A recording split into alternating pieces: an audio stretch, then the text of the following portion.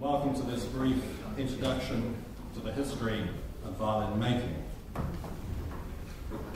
It is the year 1635. The people of Italy are slowly coming to terms with the terrible events of previous years. Famine hit the area in 1628, followed 2 years later by an outbreak of plague, which had spread from England to Italy, killing almost half the population of Milan, Parma and Bologna, and bringing the Venetian Republic to its knees. The northern towns of Cremona and Brescia were also grimly affected, and in addition to the devastating cost in lives and ensuing economic turmoil, the historic tradition of violin making was almost lost even before its greatest years. Its very existence stood on a knife edge, literally on the knife edge of one man, Niccolo Amati, the only accomplished maker in Italy to have survived the ravages of this disaster. Fortunately, Amati lived long enough to teach this knowledge to a new generation of makers, giving birth to a century of violin making history is unlikely to forget. The first violins appeared in the early 1500s, having evolved from the medieval viol family of stringed instruments. The placement of sound holes and ratio of body measurements appear to be based on the golden mean, and the head, or scroll as it's known, on the Fibonacci sequence devised by the 12th century mathematician Leonardo Esamo. Aside from advancements in string technology and the development of secondary parts, such as fingerboard, bridge and bass bar, the essentials have changed very little since. Through the centuries, violin makers have tried to improve on the basics, but the margins are very narrow before it does not look or indeed sound like a violin. It cannot be too long for the average arm length, and the body must be shaped like an hourglass to allow the bow free access to the strings. But the real story begins in around 1560 with the makers Gasparo da Salo in Brescia and Andrea Amati in Cremona, creators of some of the oldest surviving instruments. The Brescian and Cremonese approach to violin making differed greatly. Physically, the Brescian violins are generally larger than their Cremonese counterparts, compact in form rather than stylish in curve of outline, roughly made in comparison with the delicate craftsmanship of the Cremonese. But both da Salo and Amati produce violins with supreme varnish and tremendous sound quality, many of which are still in use today, over 450 years later. Gasparo da Salo died in 1609, having taught his craft to several students, Paolo Maggini being the most renowned. Andrea Amati, who worked in Cremona until about 1575, was assisted in later years by his son Antonio and also Girolamo, who in turn passed the family tradition to his son Niccolo Amati. In the 1620s, all looked well, and the art of violin making was set to flourish, but with the arrival of plague, or Black Death as it was so affectionately called, everything changed suddenly and dramatically. Had Niccolo Amati succumbed, his masterpieces, and that of Bergonzi, Guarneri, Ruggieri and Stradivari, would never have been created. Niccolo Amati was born in Cremona in 1596 and is considered to be one of the greatest makers ever. His instruments are certainly on a par with Stradivari, at least in beauty and finish. In the aftermath of the recent tragedy, and indeed with the awesome responsibility resting on his shoulders, Amati established a workshop that would secure the future of Cremonese violin making. We know he was working again in 1638 because the astronomer Galileo wrote a letter from Florence that year with the aim of purchasing a violin for his nephew. Unfortunately, Amati took too long making the instrument, claiming that it could not be brought to perfection without the strong heat of the sun. So Galileo took his money elsewhere and bought an old violin instead. In 1641, Amati employed his first apprentice, Andrea Guarneri, and later, among others, the legendary Antonio Stradivari. It is generally accepted that Stradivari was born in 1744, although no birth certificate has ever been discovered to corroborate this. The year 1744 is taken from violins he made later in his career, where on a few internal labels, the labels that state the maker's name, place, and date of construction, Stradivari wrote his age at that particular time, and from this information we deduce he was born in 1744. It is indeed fortunate he took the trouble, because the surviving records pertaining to his life are extremely confusing. For instance, the census returns for 1668 state he is 28 years old and therefore born in 1740. However, 10 years later, he is registered with the age of 29, just 1 year older, suggesting now that he was born in 1749, not 1740. Now, going back to 1668 again, his wife, Francesca, is noted as being 2 years younger than him, but in 1681, he claims that she is 3 years older. So I guess the hard work of bringing up children was finally taking its toll. On the day Stradivari was buried, the parish priest of the church of San Matteo wrote, "In the year of our Lord, 1737, on the 19th day of December, Signor Antonio Stradivari, having died yesterday, aged about 95 years. And note, about 95 years. So even at his funeral, no one seemed to know how old he was. The reason for the absence of Stradivari's birth certificate undoubtedly lies with the 1630 outbreak of plague. The Cremonese were thrown into turmoil, and 2/3 of the inhabitants, including priests and registrars, were forced to leave the city and seek refuge in the surrounding villages and countryside. Only 5 to 10 years later did livelihoods and the local economy return to any sort of order.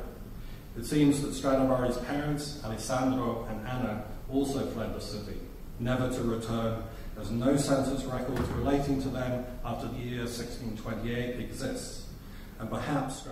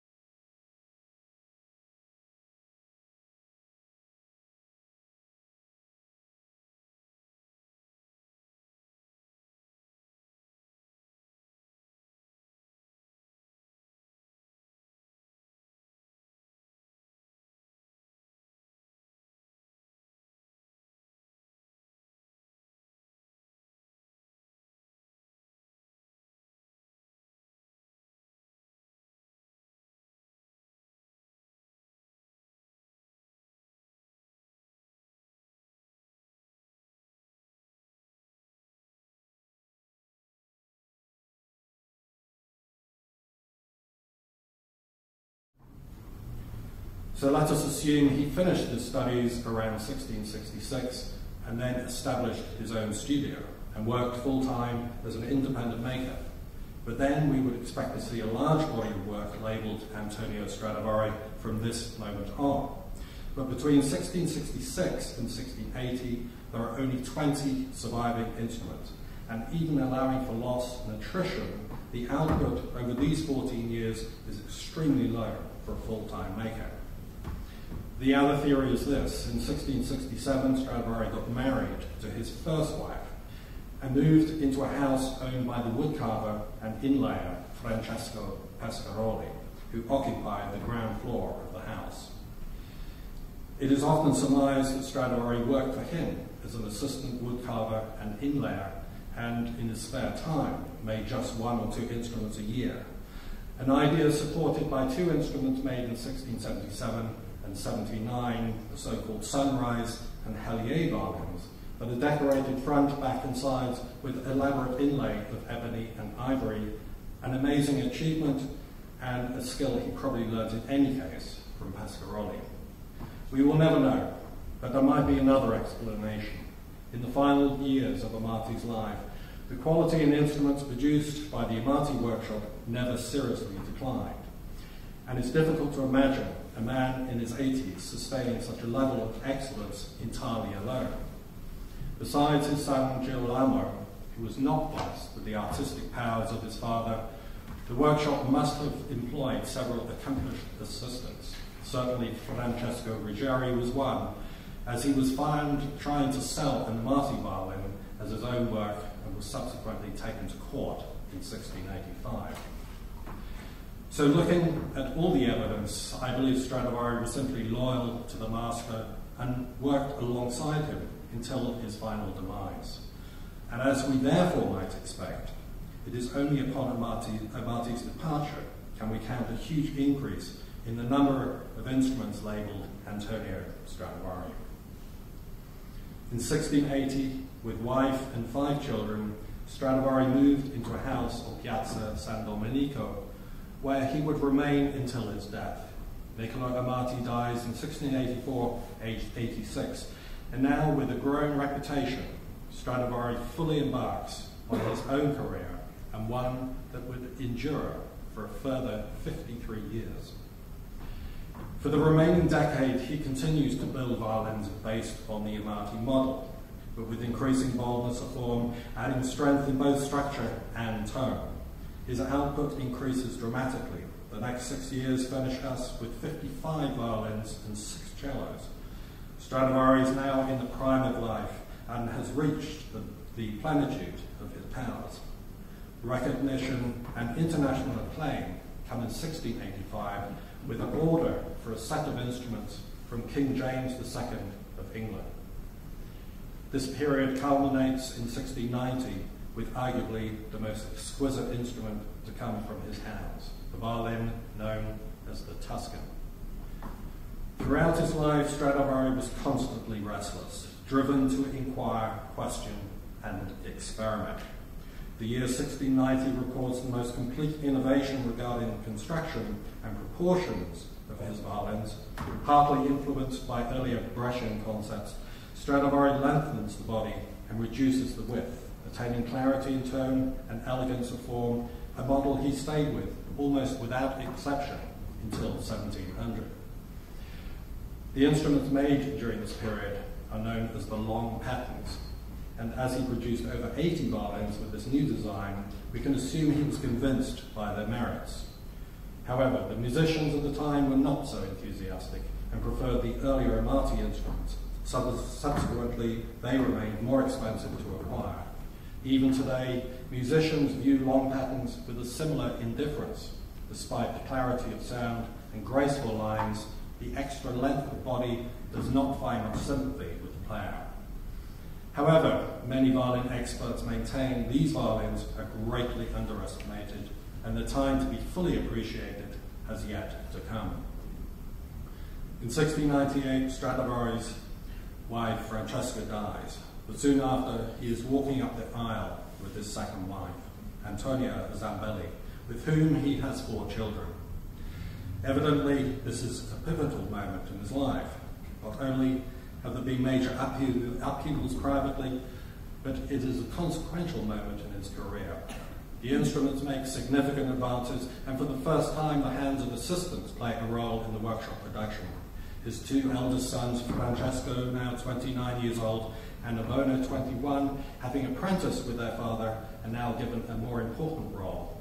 But as we cannot see their individual characteristics in the finish of instruments until much later, we can assume they were only given responsibility for the rough work, leaving their father to refine the edges, inlay the purfling, cut sound holes, and go over the fine detail with his sharp eye.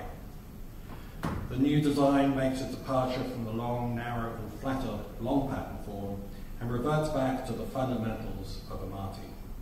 Perhaps this second abrupt change in direction was due to the enduring success of his and Amati's earlier violins, or the muted response to his long patterns maybe his sons had to sit the old man down and say, "Look, Dad, give up the long pattern thing." Possibly it was all of the above, but one thing is for sure. Now, at the age of 56, his desire to search and research, to discover and rediscover, still had the impertinence of a 16-year-old. Over the next 4 years, he would finally tune all his knowledge, experience, and conceive a design so perfect it has yet to be bettered. In 1704, he built a violin known as the Betz, which marked the beginning of a glorious era. This model was indeed so successful that even though his spirit of innovation would never yield to complacency, he deviated little from this format. Over the next 20 years, he created his finest instrument. It is the Golden Period. There are few words worthy of the stunning beauty of a Golden Period instrument.